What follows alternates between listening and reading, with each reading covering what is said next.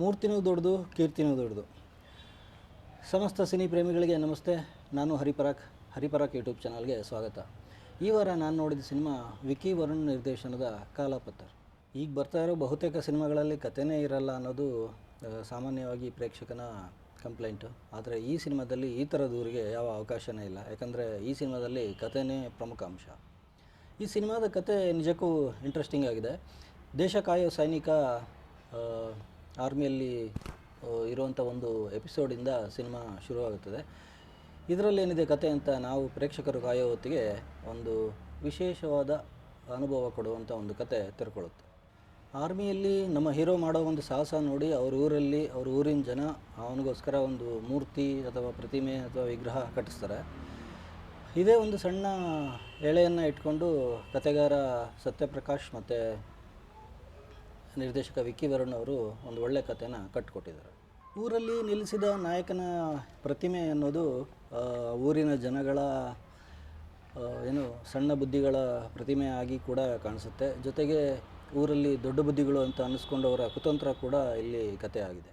ಊರಲ್ಲಿ ನಾಯಕನ ಶಿಲೆ ಅಂತ ಯಾವಾಗಲೂ ಪ್ರಸ್ತಾಪ ಆಗುತ್ತೆ ಈ ಸಿನಿಮಾದಲ್ಲಿ. ಸೊ ಹಂಗಾಗಿ ಊರಲ್ಲಿ ನಾಯಕನ ಶಿಲೆಯನ್ನು ನಿಲ್ಲಿಸಿದ ಜನ ಅವನನ್ನು ಯಾವಾಗಲೂ ಹಾಡಿ ಹೊಗಳ್ತಾ ಇರ್ತಾರೆ. ಹಾಗಾಗಿ ಇದೊಂಥರ ಶಿಲೆಗಳು ಸಂಗೀತವ ಹಾಡಿವೆ ಅನ್ನೋ ಥರ ಹಾಡನ್ನು ಜ್ಞಾಪಿಸ್ಬೋದು. ಆದರೆ ಅದಾದ ನಂತರ ಕೆಲವು ಘಟನೆಗಳು ಆಗ್ತವೆ. ಅದು ಆಗಿ ಊರಿನ ಜನರ ಮನಸ್ಥಿತಿ ಬದಲಾಗುತ್ತೆ. ಆಗ ಈ ಹಾಡಿನಲ್ಲಿ ಅಪಸ್ವರ ಕೂಡ ಕೇಳಿಸುತ್ತೆ. ಕಲ್ಲೆನ್ನುತ್ತಾ ನಾಯಕ ಕೂಡ ಈ ಪ್ರತಿಮೆ ಬಗ್ಗೆ ಒಂದು ಅಪಾರವಾದ ವ್ಯಾಮೋಹ ಬೆಳೆಸ್ಕೋತಾನೆ. ಆಮೇಲೆ ಅವನ ಬೆಳವಣಿಗೆನೇ ನಿಂತೋಗುತ್ತೆ. ಸೊ ಇದಕ್ಕೆ ಕಾರಣ ಏನು ಅನ್ನೋದು ಮಾತ್ರ ಕಥೆಯಲ್ಲಿರೋ ಒಂದು ಇಂಟ್ರೆಸ್ಟಿಂಗ್ ಅಂಶ. ಒಂದು ಶಿಲೆಗೂ ಜೀವ ಇದೆಯಾ ಅಂತ ಅನುಮಾನ ಮೂಡಿಸುವಂಥ ಅಂಶಗಳು ಇಲ್ಲಿವೆ. ಹಾಗಂತ ಇದನ್ನು ತೀರಾ ಶಿಲಾಯುಗದ ಕತೆ ಅಂತೆಲ್ಲ ಹೇಳೋಕ್ಕಾಗಲ್ಲ. ಈ ಕತೆ ಕೇಳಿದ್ರೆ ಅಥವಾ ನೋಡಿದ್ರೆ ನಿಮಗೆ ನಮ್ಮ ಜನಪದ ದೇಸಿ ಕತೆಗಳ ನೆನಪಾಗುತ್ತೆ. ನನಗಂತೂ ನಾಗಮಂಡಲ ಸಿನಿಮಾದ ಫ್ಲೇವರ್ ಇಲ್ಲಿ ಕಾಣಿಸ್ತು. ಇನ್ನು ಕತೆ ಬೆಳವಣಿಗೆ ಆಗೋ ದಾರಿ ನೋಡಿದ್ರೆ ಊರಲ್ಲಿ ನಾಯಕನ ಪ್ರತಿಮೆ ನಿಲ್ಲಿಸೋ ಮೂಲಕ ಕಲ್ಲು ಹಾಕೋ ಕೆಲಸ ಮಾಡಿ, ಅಂದರೆ ಕಲ್ಲು ಹಾಕೋ ಕೆಲಸ ಮಾಡಿ ಶಂಕುಸ್ಥಾಪನೆ ಮಾಡೋ ಊರ ಜನ ಅವ್ರ ಖುಷಿಗೆ ಅಂತ ಹಾಕಿಸಿದ ಕಲ್ಲು ನಾಯಕನ ನೆಮ್ಮದಿಗೂ ಕಲ್ಲು ಹಾಕುತ್ತೆ. ಅದರ ನಂತರ ಪ್ರತಿಮೆ ನಿಲ್ಲಿಸಿದ ಜನನೇ ನಾಯಕನನ್ನು ಪ್ರೀತಿಸೋದನ್ನು ನಿಲ್ಲಿಸ್ತಾರೆ. ಒಂದು ಹಂತದಲ್ಲಂತೂ ತೀರಾ ಆತ್ಮರತಿಗೆ ಒಳಗಾದವನಂತೆ ನಾಯಕ ಇಲ್ಲಿ ದೇಶ ಕಾಯೋ ಸೈನಿಕ ಆಗಿದ್ದವನು ಹಗಲು ರಾತ್ರಿ ತನ್ನ ಪ್ರತಿಮೆನೇ ಕಾಯ್ಕೊಂಡು ಕೂತ್ಕೊಳ್ಳುವಷ್ಟು ಅಬ್ಸೆಷನ್ ಬೆಳೆಸ್ಕೋತಾನೆ.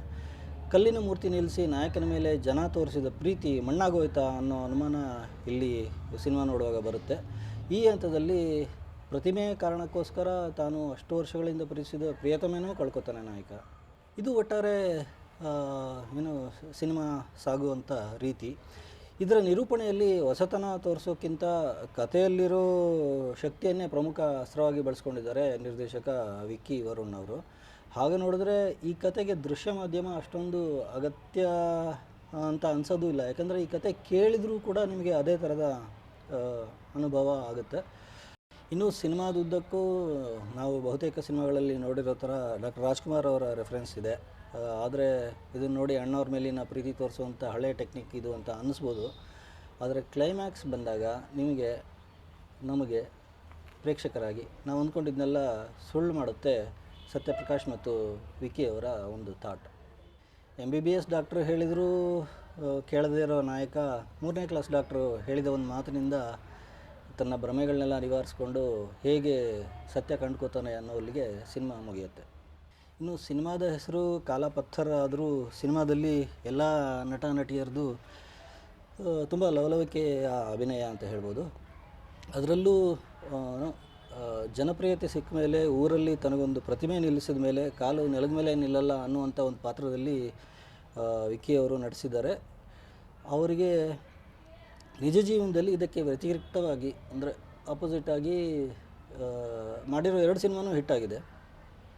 ಆದರೆ ಕಾಲು ನೆಲದ ಮೇಲೆ ನಿಲ್ಲಲ್ಲ ಅನ್ನೋ ಥರದ ಪಾತ್ರಗಳನ್ನ ಅಥವಾ ಹೀರೋಯಿಸಮ್ನೆಲ್ಲ ತೋರಿಸೋಕ್ಕೆ ಅವರು ಟ್ರೈ ಮಾಡಿಲ್ಲ ಅನ್ನೋದು ಅವರ ಈ ಪಾತ್ರದ ವಿಶೇಷ.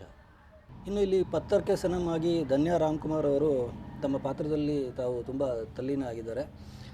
ರಾಜೇಶ್ ನಟರಂಗ, ನಾಗಾಭರಣ, ಅವರ ಅಭಿನಯ ಸಿನಿಮಾಗೆ ನ್ಯಾಚುರಲ್ ಫೀಲ್ ಅಂತೂ ಖಂಡಿತ ಕೊಟ್ಟಿದೆ. ಆದರೆ ಅವರ ಪಾತ್ರಗಳಿಗೆ ಒಂದು ತಾರ್ಕಿಕ ಅಂತ್ಯ ಅನ್ನೋದು ನಿಮಗೆ ಇಲ್ಲಿ ಕಾಣಿಸೋದಿಲ್ಲ ಅನ್ನೋದು ಬೇಜಾರಿನ ವಿಷಯ. ಇದ್ರ ಜೊತೆಗೆ ನಮಗೆ ತುಂಬ ಇಷ್ಟ ಆಗೋದು ಅಂದರೆ ಅನೂಪ್ ಸೀಳಿನ್ ಅವರ ಎಲ್ಲ ಹಾಡುಗಳು. ನಾರ್ಮಲಿ ಒಂದೆರಡು ಹಾಡು ಸಿನಿಮಾದಲ್ಲಿ ಇಷ್ಟ ಆಗ್ಬೋದು, ಇಡೀ ಸಿನಿಮಾದಲ್ಲಿ ಅವರ ಹಾಡುಗಳು, ಟ್ಯೂನ್ ಜೊತೆ ಸೌಂಡಿಂಗ್ ಎಲ್ಲವೂ ಕೂಡ ಇಷ್ಟ ಆಯಿತು ನನಗೆ. ಯಾವ ಲೆಕ್ಕಕ್ಕೆ ಅಂದರೆ ಕ್ಯಾಸೆಟ್ ಕಾಲ ಆಗಿದ್ದರೆ ಸಿನಿಮಾ ಮುಗಿದ ತಕ್ಷಣ ಸೀದಾ ಕ್ಯಾಸೆಟ್ ಅಂಗಡಿಗೆ ಹೋಗ್ಬಿಡ್ತಿದ್ದೆ ಅನ್ನೋಷ್ಟು ನನಗೆ ಎಲ್ಲ ಹಾಡುಗಳು ಇಷ್ಟ ಆದವು. ಇನ್ನು ಛಾಯಾಗ್ರಹಣಕ್ಕೆ ಇಲ್ಲಿ ಜಾಸ್ತಿ ಚಾಲೆಂಜಿಂಗ್ ಅನಿಸುವಂಥ ಕೆಲಸ ಇಲ್ಲದೇ ಇದ್ದರೂ ಸಂದೀಪ್ ಅವರು ನಿರ್ದೇಶಕರ ಏನು ಇಂಟೆನ್ಷನ್ ಏನಿತ್ತು ಅದನ್ನು ತೆರೆ ಮೇಲೆ ಸಮರ್ಥವಾಗಿ ತೋರಿಸಿದ್ದಾರೆ. ಒಟ್ಟಾರೆ ಹೇಳೋದಾದರೆ ಅವೇ ಹಳಸಲು ಕತೆಗಳನ್ನ ನೋಡಿ ಬೇಜಾರಾದವರಿಗೆ ಕಾಲಾ ಪತ್ತರ್ ಸಿನಿಮಾಗಳಲ್ಲಿ ಇಂಥ ಕಥೆನೂ ಹೇಳ್ಬೋದಾ ಅನ್ನೋದಕ್ಕೆ ಉದಾಹರಣೆ ಥರ ಇದೆ. ಹಾಗಾಗಿ ನಮ್ಮ ಸಿನಿಮಾಗಳಲ್ಲಿ ಕಥೆನೇ ಇರಲ್ಲ ಅಂತ ಮನಸ್ಸನ್ನು ಕಲ್ಲು ಮಾಡಿಕೊಂಡಿರೋ ಪ್ರೇಕ್ಷಕ ಕೂಡ ಕಲ್ಲೆನ್ನುತ್ತ ಈ ಕಲ್ಲಿನ ಕಥೆನ ನೋಡೋಕ್ಕೆ ಧಾರಾಳವಾಗಿ ಹೋಗಬಹುದು. ಎದೆಯಲ್ಲಿ ಎಂಥ ಕಲ್ಲಿದ್ದವನಿಗೂ ಇದು ಒಂಚೂರಾದರೂ ಅಂಟುವಂಥ ಸಿನಿಮಾ.